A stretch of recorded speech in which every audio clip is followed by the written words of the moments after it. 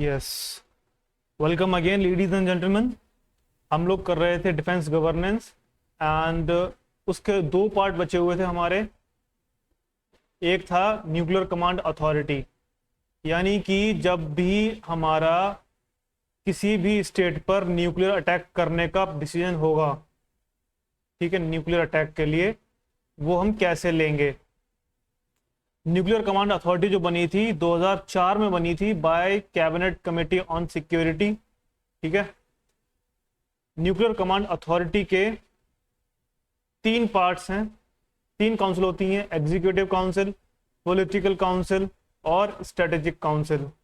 Executive council जिसको आपके national security adviser head करते हैं, पॉलिटिकल काउंसिल को आपके पीएम हेड करते हैं और स्ट्रेटेजिक कमांड को आपके एयर मार्शल रैंक के जो भी ऑफिसर्स होंगे वो हेड करेंगे, ठीक है। एग्जीक्यूटिव काउंसिल ये एडवाइस करेंगे पॉलिटिकल काउंसिल को, पॉलिटिकल काउंसिल आपको ऑर्डर देंगी, ठीक है, ऑर्डर पास करेंगे ये लोग कि भाई हाँ अटैक करना है, अब आपको अपने न्यूक्लियर वेपन छोड़ने हैं। और छोड़ेगा कौन? On the order of political council, जो स्ट्रेटेजिक न्यूक्लियर कमांड के हेड होंगे, जो कि एयर मार्शल रैंक के ऑफिसर होंगे, वो इसको एग्जीक्यूट करेंगे और अटैक करेंगे, ठीक है। ये है न्यूक्लियर कमांड अथॉरिटी। लास्ट मतलब इसी का नेक्स्ट पार्ट है जो न्यूक्लियर कमांड अथॉरिटी के बारे में कुछ चीज जानकारी ये मैंने आपको बता दिया। इसके दो पार्ट होते हैं, ठीक है। ये इनपुट और एडवाइस देंगे पीएम को और ये ऑथराइज करेंगे न्यूक्लियर अटैक को। 4 जनवरी 2003 में बनी थी cabinet committee on security constitute nuclear command authority. दो काउंसिल है, पॉलिटिकल काउंसिल, एग्जीक्यूटिव काउंसिल। ये खैर पुराने न्यूज है, इसको आप ना भी देखो तो कोई दिक्कत नहीं है, ठीक है। खैर जो हमारा इस लेक्चर का मेन मोटो था वो था हमारा पढ़ने का सिक्योरिटी फोर्सेस का। Before I start and tell you about the different types of forces that exist in India, I would like to draw your attention towards the types of security services. दो तरह के हैं, ठीक है।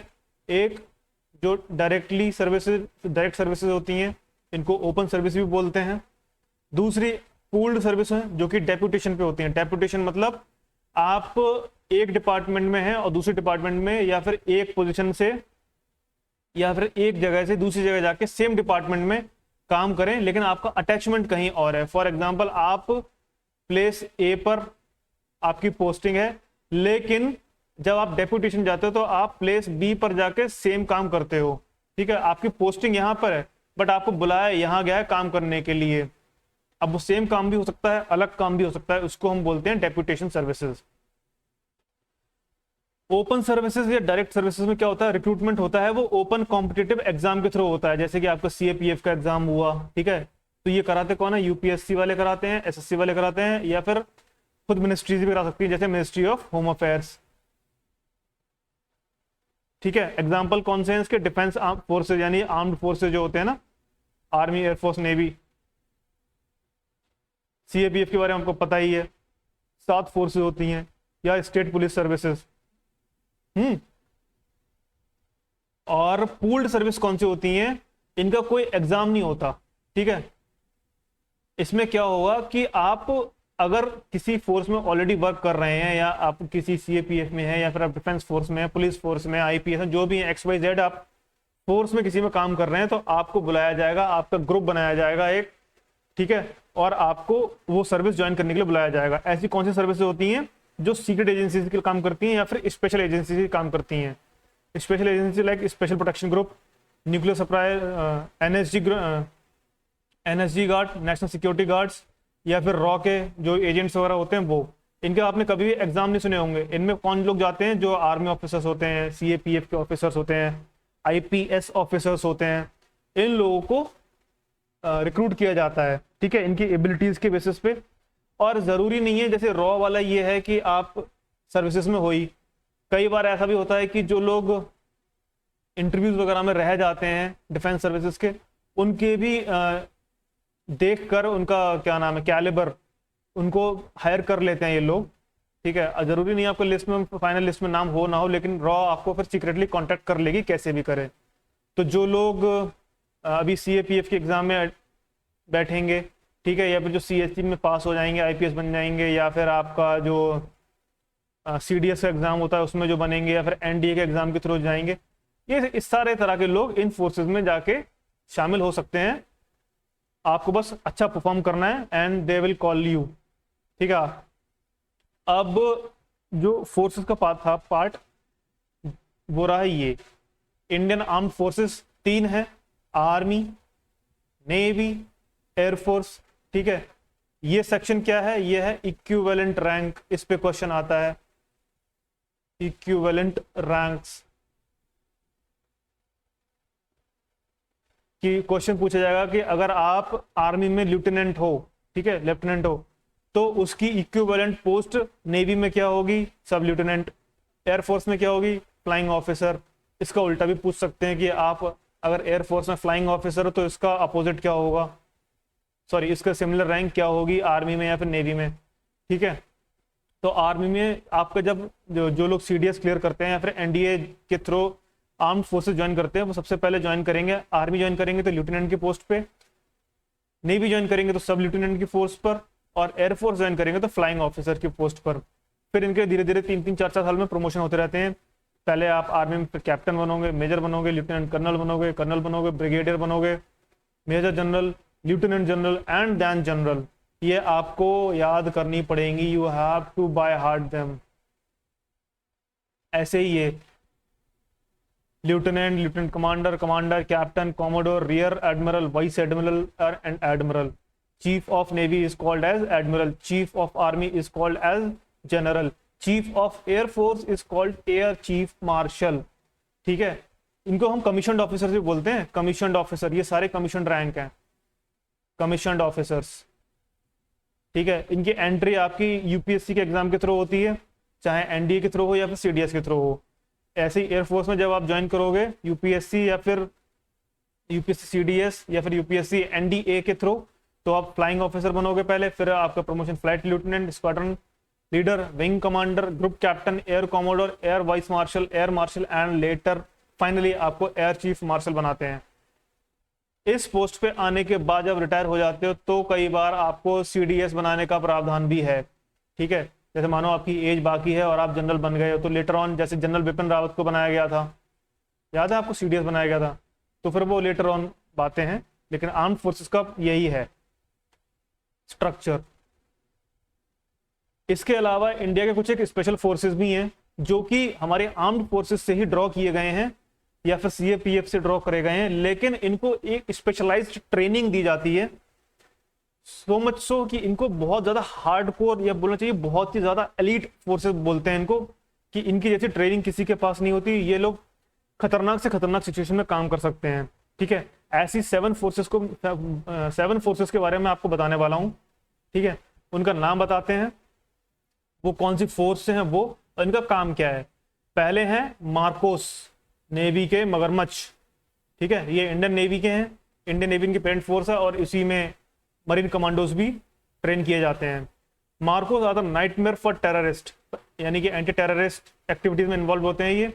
और जो पता है इनका नाम है, दाढ़ी वाली फौज के नाम से मशहूर है ये, क्योंकि ये सारे लोग दाढ़ी रखते हैं, ठीक है, because of their beard disguise. MARCOS have been successful in most of the anti terrorist operation. जो भी समुद्र ओशन लेवल पे या सी लेवल पे जो भी anti terrorist activities carry out की जाएंगी वो मार्कोस फिर हैंडल करते हैं बढ़िया करके। The most dangerous commandos of India are the para commandos, para SF, जो कि इंडियन आर्मी में होते हैं। सो मच सो कि 95% लोग जो इनरोल करते हैं, वॉलंटियर करते हैं, जो कि ऑलरेडी ऑफिसर्स होते हैं आर्मी में, वो लोग बीच में ही कोर्स को छोड़ देते हैं।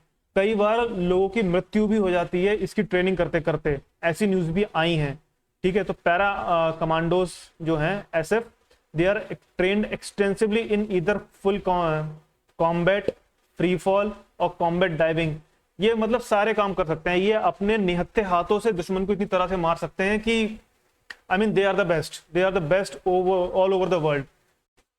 जो US के आर्मी या UK की आर्मी जो कि बहुत एडवांस मानी जाती है, वो भी बोलते हैं कि अपनी ट्रेनिंग टैक्टिक्स जो वही हमको भी सिखाओ, हमारे लड़कों को भी ट्रेन करो। थर्ड नंबर पे आपके आते हैं गरुड़ कमांडो, जो कि इंडियन एयरफोर्स के होते हैं। इंडियन एयरफोर्स की स्पेशल फोर्स है गरुड़ कमांडोज की। Garud are the part of UN peace keeping force contingent deployed at Congo. अभी कॉन्गो में ये डिप्लॉय की गए हैं गरुड़ कमांडो।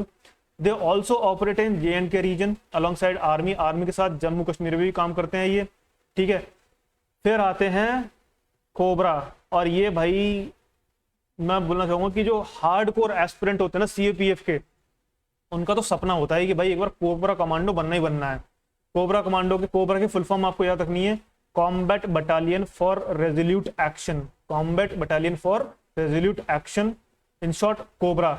इनकी पेरेंट फोर्सेस CRPF, ये CRPF के होते हैं, और ये नक्सलाइट्स एरिया में डिप्लॉय किए जाते हैं एंटी नक्सलिज्म एक्टिविटीज को कैरी आउट करने के लिए।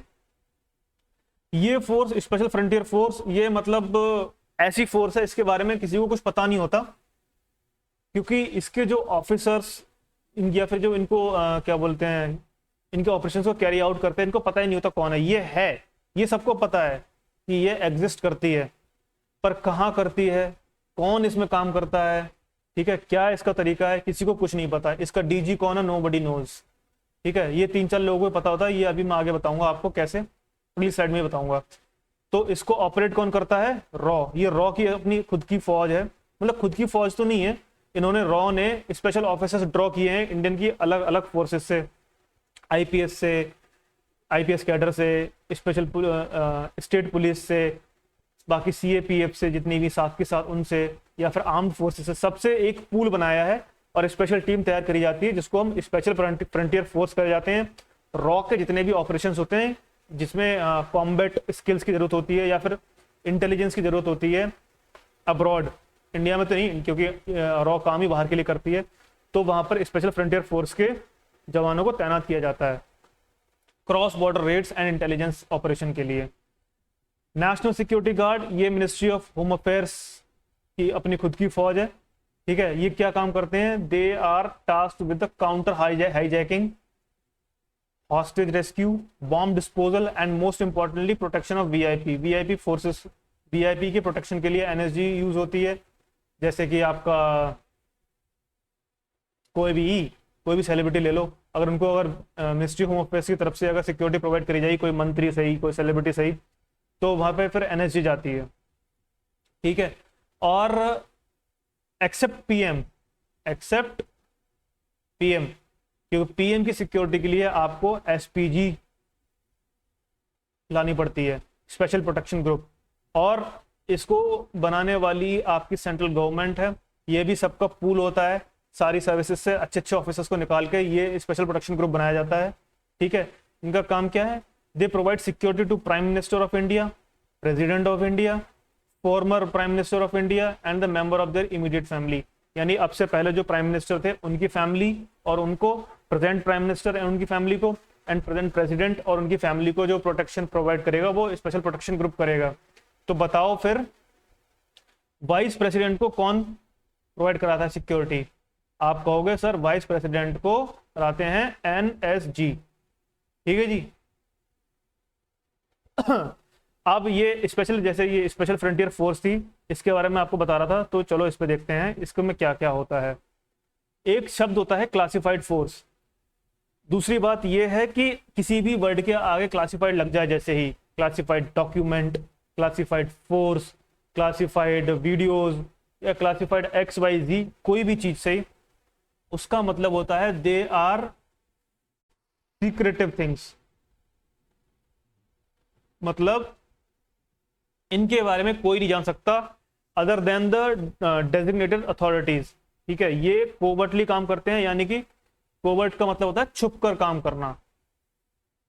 इनके बारे में कोई पेपर वर्क नहीं होगा, ठीक है, इनकी एग्जिस्टेंस को शो करने के लिए। For example special frontier force, multi agency centre, defence intelligence agencies, ठीक है। डिफेंस इंटेलिजेंस एजेंसी के अंडर आपकी मिलिट्री एजेंसी होती है, नेवी के अंडर नेवी इंटेलिजेंस होता है, और एयरफोर्स के अंदर एयरफोर्स इंटेलिजेंस होती है। इनके हेड कौन होते हैं ये किसी को पता ही नहीं है, their heads are never disclosed. पता किसको होता है? Only PM, national security advisor, और रॉ के जो चीफ होते हैं उनको पता होगा कि इनके हेड कौन है और इनसे कैसे कोऑर्डिनेट करना है, क्या काम करवाना है। ठीक है, इतने ज़्यादा क्लासिफाइड होते हैं। आप समझ लो, 3 तो एग्जाम्पल मैंने आपको दे दिए, ये 3 एग्जाम्पल हैं, इसके अलावा और भी होते हैं। ये हैं, एग्जिस्ट कर रहे हैं इंडिया में, आपके आसपास ही घूम रहे होंगे, बस आपको पता नहीं है। दूसरी बात ये है कि 1947 से लेके, अच्छा इनको ना इतने सीक्रेटली काम करते हैं कि ये रॉ जैसे एजेंसीज के काम ही आते हैं। ठीक है, एक और होती है, आपने सुना होगा NTRO, national technical research organisation, ये भी एक सीक्रेट एजेंसी है। इनके नाम पता है बस, पर इनमें है क्या, कहाँ इनका ऑफिस है, या कौन इसके वर्कर्स हैं, कौन इसके एजेंट्स हैं, कैसे इनके डॉक्यूमेंट्स हैं, क्या काम है, किसी को कुछ नहीं पता। आपके बीच में घूम रहे होंगे एंड यू नेवर नो। आपके साथ में काम कर रहा होगा आपकी फोर्स में, अगर आप मानो CAPF में हो तो वो आपके साथ पूरी जिंदगी काम कर लेगा। ठीक है, सिक्योरिटी एजेंट्स का सिक्योरिटी एजेंट जो भी होगा, ये इस एजेंसी का बंदा जो भी होगा, पर आपको पता नहीं लगेगा। ठीक है, वेल तो जब इंटेलिजेंस की बात आती है तो इंटेलिजेंस के हमारे सबसे पहले आता है इंटेलिजेंस ब्यूरो का नाम। इंटेलिजेंस ब्यूरो 1947 से लेकर 1968 तक जो इंटेलिजेंस ब्यूरो थी, उन्होंने इंटरनल और एक्सटर्नल दोनों इंटेलिजेंस को हैंडल किया था। बट इन 1968 इंटेलिजेंस ब्यूरो जो है बाइफरकेट कर दिया गया 2 पार्ट्स में, जहां पर एक्सटर्नल अलग कर दिया गया, इंटरनल अलग कर दिया गया।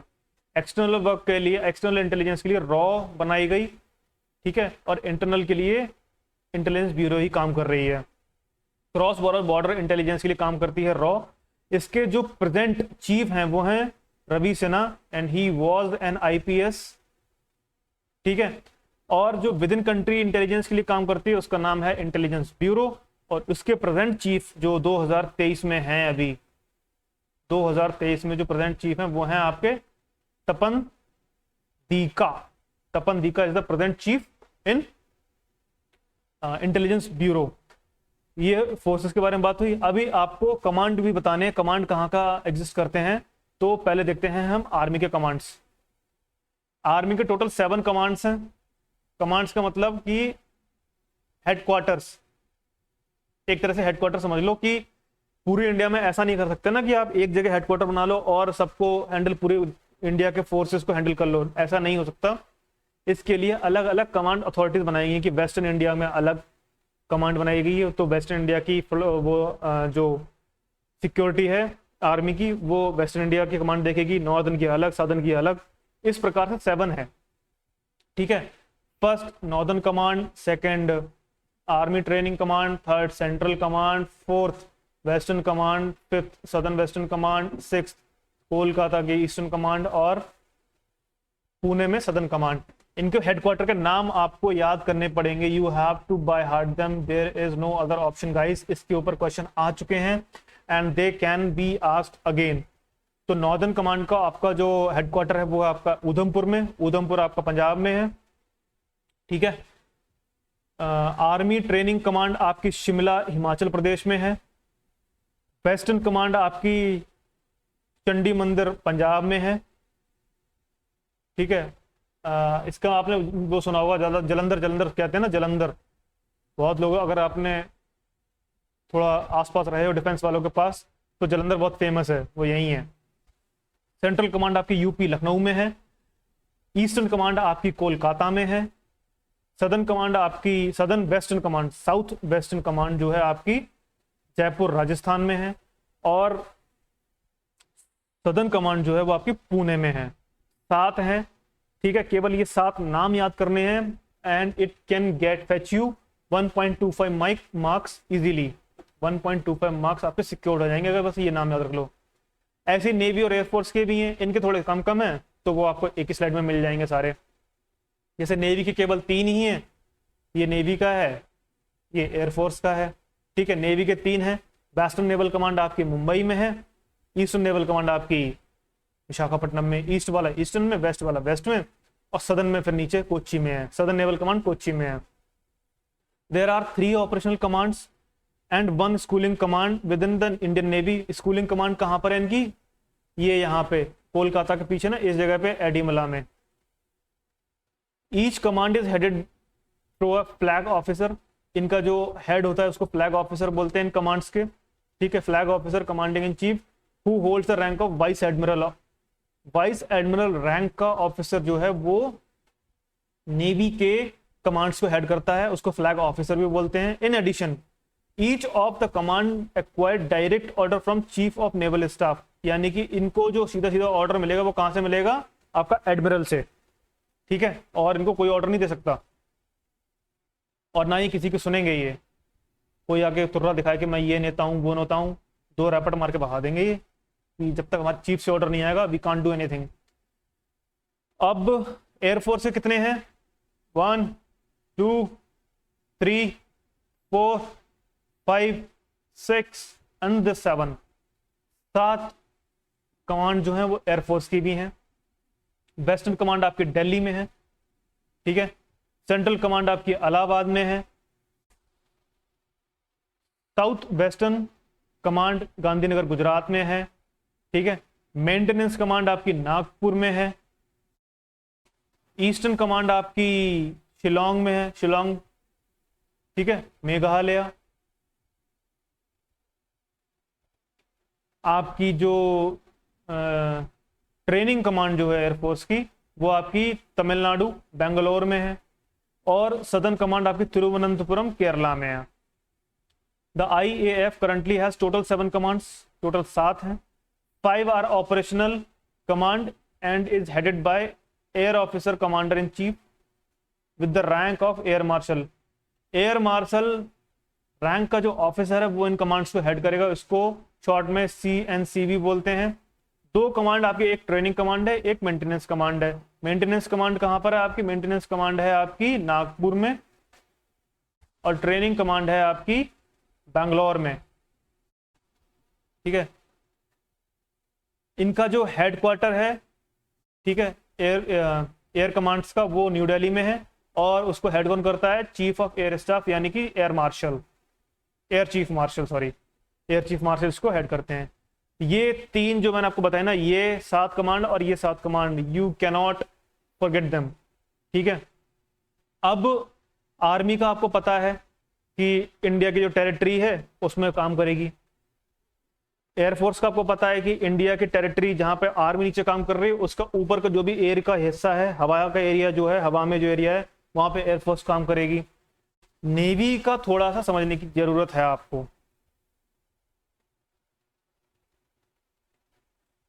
नेवी काम करती है कुछ इस प्रकार से, देखो नेवी के जो एरिया डिवाइड है ना, वो इस एरिया के बाहर का है, इसके बाहर 200 नॉटिकल माइल्स के बाहर इंडियन नेवी काम करेगी। तो यहां तक काम कौन करेगा, यहां तक काम करेगी आपकी इंडियन कोस्ट गार्ड, ठीक है भाई। अब कुछ एक चीजें जाननी चाहिए आपको कि इनोसेंट पैसेज क्या होता है। Innocent passage, pollution, taxation, custom, देखो ये सारे लोग लागू होते हैं जब आप इस एरिया के अंदर किसी दूसरी कंट्री का शिप, अगर चाइना वाले यहाँ से अपना शिप गुजारते हैं हमारी बाउंड्री से लेकर 200 नॉटिकल माइल्स तक इन द सी, तब इन पे ये सारे लॉ जो है अप्लाई होंगे कि आपको इनोसेंट पैसेज का अलाउड है, इनोसेंट पैसेज की आप बिना किसी बदतमीजी करे, बिना कुछ गलती करे, आप चुपचाप अपना परमिशन लीजिए, निकाल लीजिए।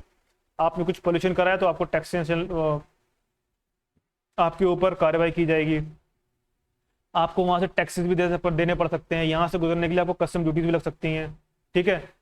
और ये जो एक्सक्लूसिव इकोनॉमिक जोन है वो क्या है वो भी बताता हूँ मैं आपको। इंडियन कोस्ट गार्ड जो है वो पैरामिलिट्री फोर्स है इंडियन नेवी की, याद रखना, क्योंकि पैरामिलिट्री फोर्सेस कौन सी होती हैं, they are created to assist parent force. मतलब कहने का क्या है कि जो इंडियन कोस्ट गार्ड है वो इसलिए बनाई गई है ताकि वो इंडियन नेवी की मदद कर सके काम करने में, क्योंकि नेवी तो इधर बिजी है ना यार। अब अगर नेवी भी इधर लग जाएगी इस एरिया में, अगर नेवी काम करने लगेगी तो इधर ध्यान कौन रखेगा, तो नेवी इधर ज्यादा बिजी है और इंडियन कोस्ट गार्ड यहाँ संभाली होगी, सर आप आगे देखो यहाँ पे हम संभालते हैं। तो आपके एक्सक्लूसिव इकोनॉमिक जोन के कुछ एक पार्ट्स होते हैं, उसको समझो।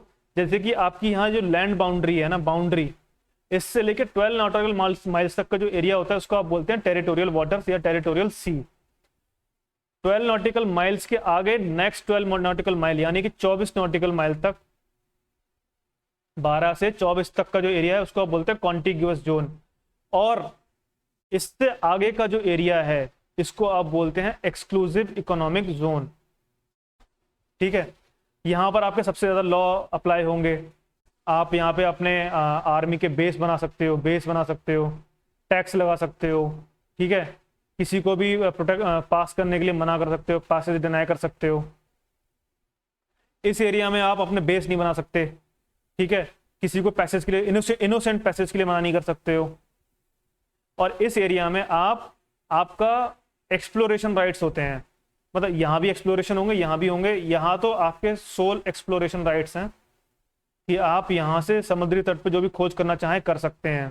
ठीक है, ये एरिया आपका है, कोई और कंट्री आके यहाँ पे उंगली नहीं करेगी।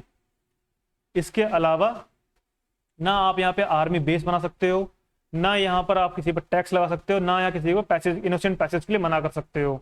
ठीक है, इनोसेंट पैसेज सब में अलाउड है, बस आपकी सिक्योरिटी के अगेंस्ट नहीं होना चाहिए ये। और ये एरिया जो है यहाँ पर आप किसी को कुछ नहीं कर सकते। ये जो है ये एरिया आता है आपका, इसको बोलते हैं हम high seas. High seas is defined by UN clause. मैंने आपको सारांश में बताया था, ये हाई यूएन क्लॉज आपका हाई सीज एरिया होता है। और यहाँ पर ये सारी कंट्रीज का है। ठीक है, सारी कंट्रीज की ये कॉमन टेरिटरी है। कॉमन टेरिटरी कौन कौन सी हैं? Space, high seas, space and moon. These three are the common territory. Common territory मतलब सारी कंट्रीज की टेरिटरी है ये। ऐसा कोई नहीं बोलेगा कि इस पर मेरा अधिकार है सिर्फ, कि मानो यूएस ने सबसे पहले जाके चांद पर झंडा गाड़ दिया तो बल चांद मेरा हो गया। जी नहीं, ऐसा नहीं कर सकते। ठीक है, आई होप आपको ये समझ में आया होगा। ये डेफिनेशन आपको याद रखनी है कि exclusive economic zone 200 nautical mile तक होता है केवल। यहाँ पर क्या क्या राइट्स हैं इसको आप अपनी नोटबुक में लिख लीजिएगा। इसमें क्या क्या राइट्स बताएं वो लिख लीजिएगा, और इसमें क्या क्या राइट्स बताएं आपके पास वो लिख लीजिएगा। इसके बियॉन्ड जो भी 200 नॉटिकल माइल के बियॉन्ड जो एरिया होता है उसको हाई सीज बोलते हैं। ठीक है, हाई सीज बोलते हैं। और इसको यूएन क्लॉज के लॉ के according, united nation clause on